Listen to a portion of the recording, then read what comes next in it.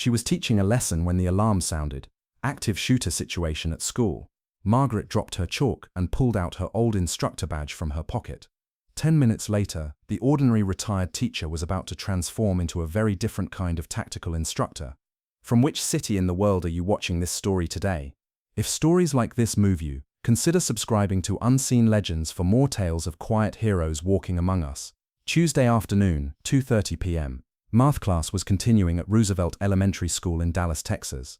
Margaret Thompson, 68 years old, was explaining fractions on the blackboard. With her white hair, gentle smile, and patient manner, she looked like a typical retired teacher. She had been working as a volunteer at this school for 6 years, and to most students, she was a beloved figure.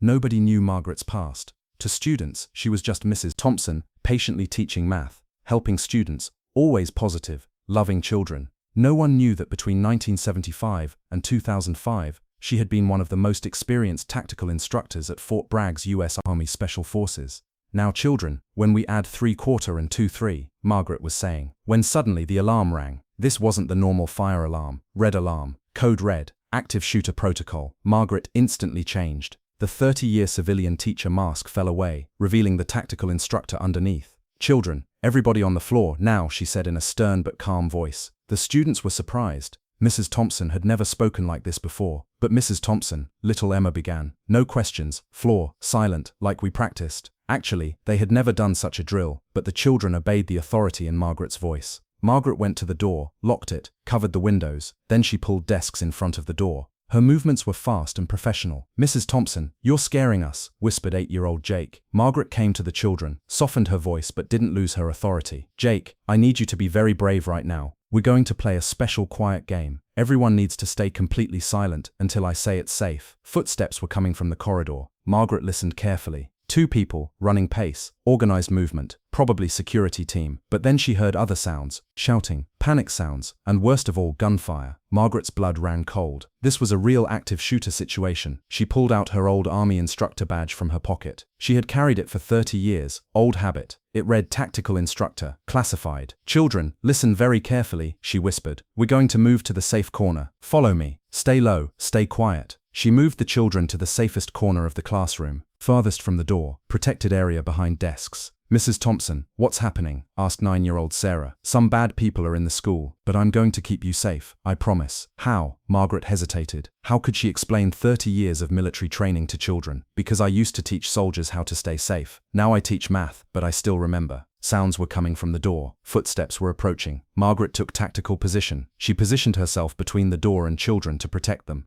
The door was tried to be opened, but it was locked. Voices were heard. Check this classroom. Doors locked. Break it down. Alarm bells rang in Margaret's mind. These weren't security team. Their speaking style, organization level, these were trained individuals. Children, she whispered, remember what I said about the quiet game. No matter what happens, stay silent. The door was kicked. Strong kick. Professional. Margaret pulled out an emergency whistle from her pocket. From Fort Bragg, high-frequency whistle. The door opened. 2 people entered. Tactical gear, assault rifles, professional equipment. But these weren't police. Nobody move, they shouted. Margaret stood up, raised her hands. Please, don't hurt the children. They're just kids. Where are the other teachers? I don't know. I was just teaching math. One of the attackers moved toward the children. Margaret blocked him. Please, leave them alone. Move, old lady. I can't do that. The attacker reached to push Margaret. At that moment, Margaret's 30 years of training kicked in. She grabbed the attacker's arm, used leverage to bring him to the ground. The movement was so fast that the second attacker didn't understand what happened. What the hell? Margaret blew the emergency whistle. The piercing sound was heard throughout the building. The second attacker turned toward her, but Margaret was ready. Using the desk for cover, she continued protecting the children. You're not just a teacher, the attacker said. No, I'm not. Who are you? Someone who protects children. At that moment, real SWAT sounds came from the corridor. Margaret's whistle had given the signal. SWAT. Building surrounded. The attackers panicked. Margaret didn't miss the opportunity. Children, eyes closed, heads down, she commanded. SWAT team entered the classroom. Professional, organized, fast. Ma'am, are you injured? Negative. Children are secure. 2 suspects neutralized. The SWAT leader looked at Margaret strangely. Her terminology was very professional. Ma'am, what's your background? Margaret hesitated. Former military instructor. Which branch? Army, Special Forces Training Division. The SWAT leader's eyes widened. You're Margaret Thompson. The Margaret Thompson. Just a retired teacher now. Ma'am, we know who you are. Legendary instructor. Trained half our tactical teams. The children looked confused.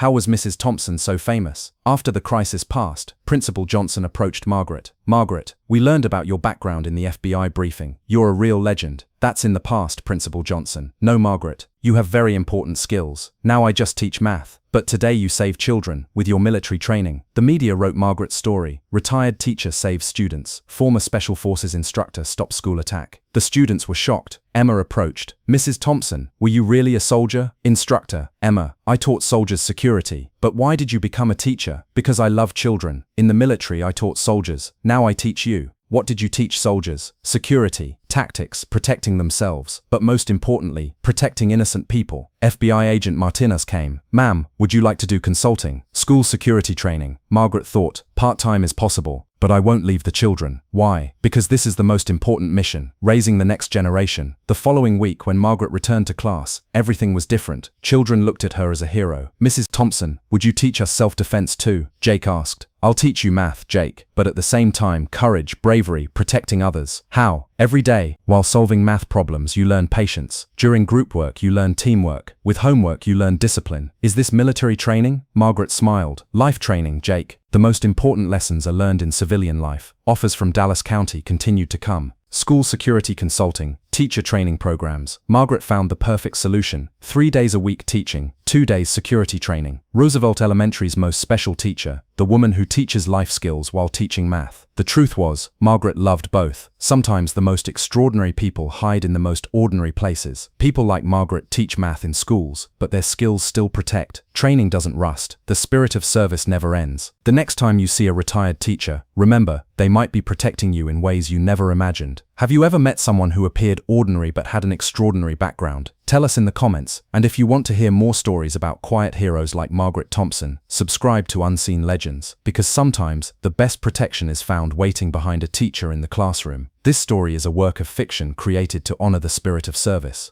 Any resemblance to actual persons or events is purely coincidental.